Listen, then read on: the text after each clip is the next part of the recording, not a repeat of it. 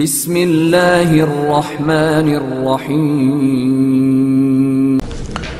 بسم اللہ الرحمن الرحیم قال والعلم غیر کاف لاستسہال الضم فی قضاء الوتر۔ ہم نے کہا تھا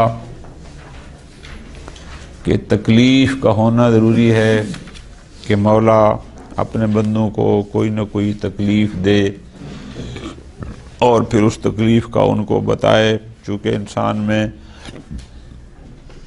اس نے شہوات بھی خلق کی ہیں، اور اگر تکلیف نہ ہو، کوئی ان شہوات سے، ان غلط کاموں سے روکنے والی کوئی طاقت نہ ہو، تو اس کا مطلب ہے پھر وہ خود ان سے شہوات اور غلط کام کروا رہا ہے، اس پر اغراء کرا رہا ہے، لہذا تکلیف کا ہونا ضروری ہے۔ اب درمیان میں کوئی سائل یہ سوال کر دے کہ جناب مکلف کو یہ پتہ ہے کہ فلاں کام حسن ہے، مکلف کو یہ پتہ ہے کہ فلاں کام کبیح ہے، تو جب چیزوں کے حسن و قبح کے بارے میں وہ جانتا ہے، پھر کیا ضرورت ہے کہ اس کو آپ تکلیف دیں، اس کو مکلف کریں؟ بس وہی علم اس کے لیے، بس اس لیے کہ آپ حسن و قبح کے عقلی ہونے کے قائل ہیں، تو جب عقلی ہیں تو اس کو پتہ ہے کیا اچھا ہے کیا برا، تو بس اس کا اچھائی اور برائی سے علم رکھنا یہی کافی ہے۔ تو جواب میں کہتے ہیں نا، یہ کافی کیوں؟ بسا اوقات انسان اپنی کسی ناجائز ضرورت کو پورا کرنے کے لیے یہ جانتے ہوئے کہ یہ کبیح ہے، وہ پھر بھی اس کبیح کا ارتکاب کر جاتا ہے، یعنی اس کبیح کے قابل مذمت ہونے کو وہ زیادہ اہمیت نہیں دیتا، بلکہ اپنی ضرورت کو پوری کرنا وہ زیادہ اہمیت دیتا ہے، اس کے باوجود کہ پتہ ہے یہ غلط ہے، لیکن وہ پھر بھی اس کو کر جاتا ہے۔ تو لہٰذا اس لیے اس پر تکلیف ہونا ضروری ہے، تاکہ اس کو یہ پتہ ہو کہ صرف مذمت نہیں ہوگی، ساتھ عقاب بھی ہوگا۔ ٹھیک ہے جی؟ تو ایک بات اسی طرح آگے فرماتے ہیں، دوسری بات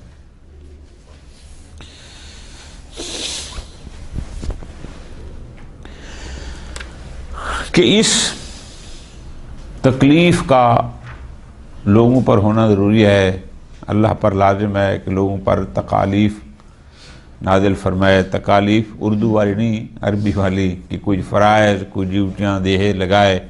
کیوں؟ اس لیے تاکہ وہ مستحق کے ثواب قرار پائیں۔ ٹھیک ہے جی؟ اس کے لیے ضروری ہے کہ وہ مکلف ہوں، تاکہ ثواب کے لیے ان کو آمادہ، یہ لفظ جو ہے نا وہ کیا ہے؟ التعریض للثواب، ثواب کے حصول کا ان کو موقع دے۔ یہ چیز تمہارے اوپر لازم ہے، کیوں؟ تاکہ ان کو اس چیز کو انجام دے کر ثواب حاصل کرنے کا موقع فراہم کرے۔ اگر یہ نہیں ہوگا تو پھر ان کو وہ موقع نہیں ملے گا۔ بعض حضرات کہتے ہیں کہ بھئی اس تکلیف کا کوئی فائدہ نہیں، کیوں؟ اللہ کیوں بندوں پر تکلیف عائد کرتا ہے؟ کیوں کوئی واجب و حرام کرتا ہے؟ آیا تکلیف کا مقصد فقط لوگوں کو سزا دینا ہے؟ یقیناً ایسا نہیں۔ اور اگر اس کا مقصد ہر حال میں لوگوں کو تکلیف دے کر، مکلف قرار دے کر ان کو ثواب دینا ہے، تو یہ بھی ٹھیک نہیں۔ کیوں؟ کیونکہ مکلف تو کافر بھی ہوتا ہے، لیکن ثواب تو اس کو نہیں ملتا، حالانکہ وہ کافر مر جاتا ہے۔ ٹھیک ہے جی؟ تو جواب اس کا یہی ہے کہ نہیں، مراد یہ نہیں کہ حتماً ثواب دینا ہے، بلکہ اس کو مکلف کیا جاتا ہے، اس پر ایک ذمہ داری، ڈیوٹی، فریضہ عائد کیا جاتا ہے، التعریض للثواب، کہ اس کو ثواب کے حصول کا موقع ملے۔ اب ظاہر جو مسلمان ہوتا ہے وہ ان تکالیف پر عمل کر کے ثواب کما جاتا ہے، اور جو نہیں کرتا وہ ثواب نہیں کماتا۔ مراد تعریض للثواب، یعنی ان کو ثواب کا موقع فراہم کرنا۔ تو اس لیے یہ تعریض تکلیف ضروری ہے۔ ٹھیک ہے جی، ایک چھوٹا سا سوال اور اس کا مختصر جواب زبانی یاد کرنے والا۔ ثواب کسے کہتے ہیں؟ ثواب کسے کہتے ہیں؟ جواب علامہ نے مختصر سا جواب دیا، النفع المستحق، وہ منفعت جس کا یہ شخص مکلف مستحق بنتا ہے، استحقاق ہوتا ہے اس پر، المقارن للتعظیم، صرف اس کا استحقاق نہیں ہوتا، ساتھ اس کی تعظیم، احترام، اجلال وہ بھی اس کے ساتھ ہوتا ہے۔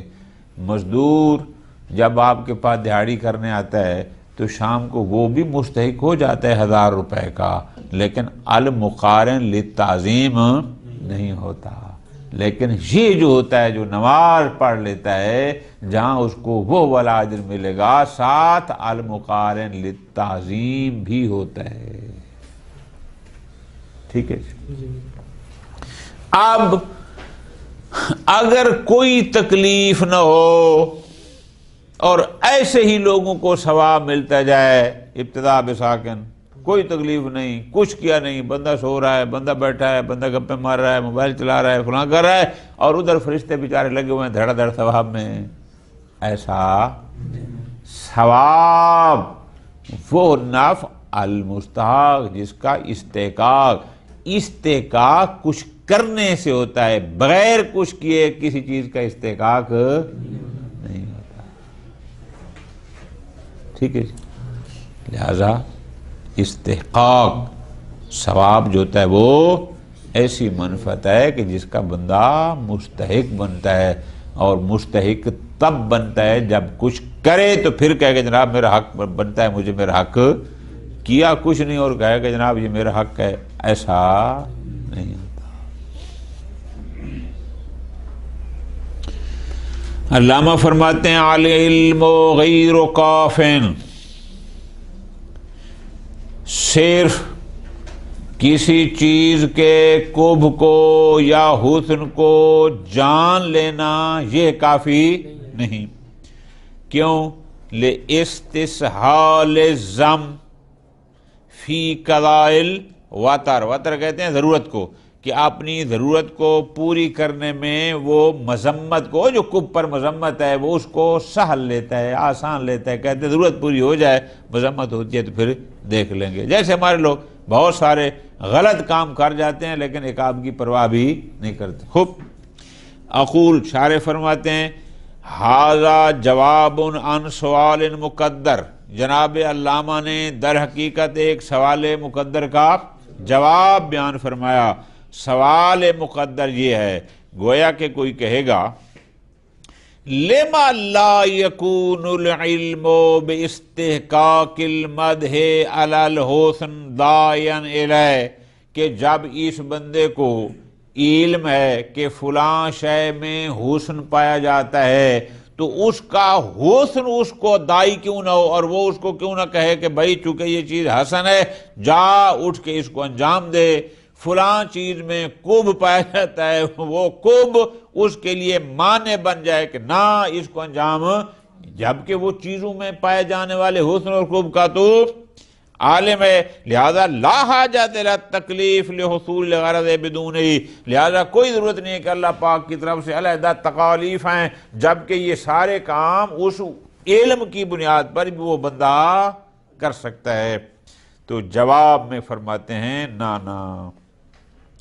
ان العلم غیر کاف، کہ صرف علم، صرف جان لینا کس بات کا کہ فلاں میں حسن ہے، فلاں میں قب ہے، یہ کافی وجہ یہ ہے لِأَنَّ كَثِيرًا مَا، چونکہ عام طور پر، اکثر طور پر، يَسْتَسْهِلُ الذَّمَّ عَلَى الْكَبِيرِ، کہ وہ کبیح پر ہونے والی مذمت کو سہل سمجھتا ہے، آسان لیتا ہے، اس کو زیادہ اہمیت نہیں دیتا، مَا قَضَاءِ الْوَتْرِ مِنْهُ، جبکہ اس کی ضرورت اسی کبیح سے پوری ہوتی ہو تو وہ اس کو انجام دیتا ہے، مذمت کو زیادہ اہمیت نہیں دیتا۔ مَا حصول الدواعی الحسیہ، جبکہ کوئی اور داعی حصی موجود ہو جو اس کو مجبور کر رہا ہو، آمادہ کر رہا ہو بالفاظ دیگر کہ یہ کر لے، تھوڑی بہت بیزتی ہوگی، کوئی نہیں، کام چل دے گا، یعنی ایسے دوائی حسیہ ہی فی الاکثر تکون قاہرۃ للدوائل، جو کہ عام طور پر ایک داعی عقلی ہوتا ہے، عقل کہتا ہے یہ قابل مذمت ہے نہ کرو، لیکن ایک داعی حصی ہوتا ہے، اور ہم دیکھتے ہیں کئی دفعہ دوائی حصی دوائی عقلی پر غالب آ جاتے ہیں۔ ٹھیک ہے جی۔ پھر علامہ نے فرمایا وجہۃ حسن ہی، کیوں اس تکلیف کو ہم حسن کہتے ہیں، حسن کی وجہ کیا ہے؟ فرماتے ہیں اس کی وجہ کیا ہے؟ التعریض للثواب، ثواب کے مقام پر لینا۔ میں نے اس کا اردو میں مرادی ترجمہ کیا ہے، یعنی اس کو ثواب کا موقع فراہم کرنا، پیش کرنا کہ وہ اسے کما سکے۔ جناب ثواب کسے کہتے ہیں؟ ثواب کی تعریف کیا ہے؟ النفع المستحق، وہ نفع جس کا وہ استحقاق رکھتا ہو، اور صرف یہ بھی نہیں، المقارن للتعظیم والاستجلال، کہ جس کے ساتھ اس کو پروٹوکول بھی ملے، تعظیم و اجلال۔ الذی یستحیل الابتداء بہ، اب یہ بغیر تکلیف کے کر رہے کچھ نہیں اور ویسے ایک اس کو نفع دے دو، ایسا نہیں ہے، اس کے لیے اس کا مستحق بننا پڑتا ہے۔ فرماتے ہیں ھذا ایذن جواب عن سؤال المقدر، فاضل مقداد فرماتے ہیں در حقیقت علامہ نے یہ بھی ایک سوال مقدر کا جواب دیا ہے۔ اچھا، ممکن ہے سائل یوں کہہ دے کہنے والا کہ جناب انا جہت حسن التکلیف، کہ آپ جو کہتے ہیں تکلیف حسن ہے، اس میں حسن پایا جاتا ہے، اس حسن کی وجہ کیا ہے؟ یا تکلیف اس لیے دی جاتی ہے اما حصول العقاب، تاکہ وہ مکلف اس سے عقاب حاصل کرے، ہوا بعد قطعاً اللہ نے تکالیف اس لیے نہیں دی تاکہ لوگ زیادہ سے زیادہ جہنم میں جائیں، عقاب کے لیے تو ہے نہیں۔ خوب، او حصول ثواب، یا اس لیے دیے تکلیف تاکہ ان کو ثواب ملے، ہوا اذن باطل، یہ بھی درست نہیں۔ کیوں؟ اس لیے کہ ان الکافر الذی یموت علی کفر، کہ ایک کافر جو اپنے کفر پر مر جاتا ہے، مکلف، ہم تو کہتے ہیں جیسے مسلمان پر نماز واجب ہے ویسے کافر پر بھی، تو حالانکہ ہوتا وہ بھی مکلف ہے، حالانکہ وہ بھی مکلف ہے، یہ بھی مکلف ہے، ما عدم حصول ثواب لا، اس کو تو کوئی ثواب، اگر تکلیف دینا اس لیے مقصد یہ تھا کہ اس کو ثواب ہو، تو پھر کافر جو کفر میں مرتا ہے اس کو ثواب کیوں نہیں ملتا؟ ٹھیک ہے جی۔ ایک نمبر دو، ان الثواب مقدور للہ تعالی ابتداء، دوسری بات، اچھا ہم نمازیں نہ پڑھیں، ہم روزے نہ رکھیں، ہم حج نہ کریں، تو کیا پھر اللہ ثواب دینے پر قادر نہیں ہے؟ وہ کہتے ہیں جواب کیا ہوگا؟ بالکل قادر ہے، کچھ بھی نہ کرو وہ پھر بھی ثواب دینے پر قادر ہے۔ تو جب دینے پر قادر ہے فلا فائدہ فی توسع تکلیف، یہ درمیان میں تکالیف کا کیا فائدہ؟ بس براہ راست بلا واسطہ ثواب ہی ثواب دے جائے، یہ درمیان میں کہتا ہے کہ یہ کرو یہ کرو یہ کرو، اس کی کیا ضرورت ہے؟ فلا فائدہ تھا۔ ٹھیک ہو گیا جی۔ وہ کہتے ہیں اجاب عنہ، علامہ نے ان لوگوں کو یہ جواب دیا. کیا فرماتے ہیں؟ بِأَنَّ جِهَةَ حُسْنِهِ، اس تکلیف کے حسن ہونے کی جو وجہ ہے، کیوں تکلیف دے، اس کی وجہ یہ ہے، وہ ہے التعریض للثواب لا حصول الثواب. ثواب دینا اور بات ہے، ثواب کا موقع دینا یہ تکالیف ہیں. التعریض للثواب، ان کو ثواب کا موقع دے، مال دے کہ آؤ اگر لینا چاہتے ہو یہ منفعت تو لے لو، یہ مقصد ہے، نہ کہ براہ راست ان کو ثواب دینا. ثواب ٹھیک ہے جی. تکلیف اس لیے ہے. وَالتَّعْرِيضُ عَامٌ، اور یہ تعریض، یہ پیشکش، یہ پیکج، یہ مسلمانوں کے لیے خاص تو نہیں ہے. عام، مسلم کے لیے بھی ہے، غیر ہر ایک کے لیے پیکج ہے. جو نماز پڑھے گا ان شرائط کے ساتھ اس کو یہ ملے گا، جو روزہ رکھے گا اس کو یہ ملے گا. اب اس کے لیے کسی ایک کے لیے تو نہیں ہے. عام الی المؤمن والکافر. باقی جو بات آپ نے کی کہ جناب اللہ پاک براہ راست دے سکتا ہے، بندہ نماز نہ پڑھے لیکن ثواب دے دے، حج نہ کرے لیکن حج کا ثواب لکھ دے، کیا حرج ہے؟ فرماتے ہیں کون الثواب مقدورا للہ تعالی ابتداء مسلم. ہم نے کب انکار کیا ہے کہ اللہ اس پر قادر ہے؟